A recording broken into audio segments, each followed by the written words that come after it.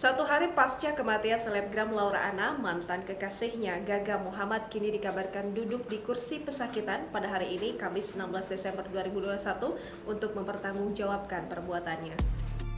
Rasa bersalah Gaga terhadap mendiang Laura Anna masih menghinggapi selebgram tersebut. Sehari pasca kematian Laura Anna, Gaga hari ini duduk di kursi pesakitan demi mempertanggungjawabkan perbuatannya.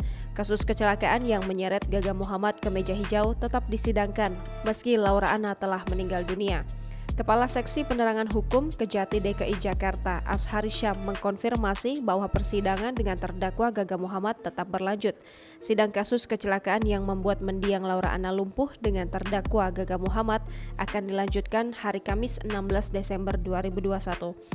Sidang tersebut beragendakan pemeriksaan saksi dari jaksa penuntut umum dilanjut pemeriksaan terdakwa Gaga Muhammad. Saat ini, Gaga Muhammad sedang ditahan di Rutan Satlantas Polres Metro Jakarta Timur. Dirinya akan menjalani rangkaian persidangan di sana melalui virtual. Kasus tersebut dilimpahkan ke Kejaksaan Negeri Jakarta Timur oleh polisi pada 21 Oktober 2021. Kemudian, jaksa mendaftarkan perkaranya ke Pengadilan Negeri Jakarta Timur pada 1 November 2021.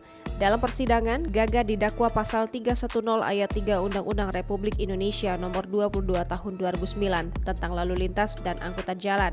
Sementara itu, mendiang Laura Anna sudah memberikan keterangannya sebagai saksi pada 2 Desember 2021 di Pengadilan Negeri Jakarta Timur.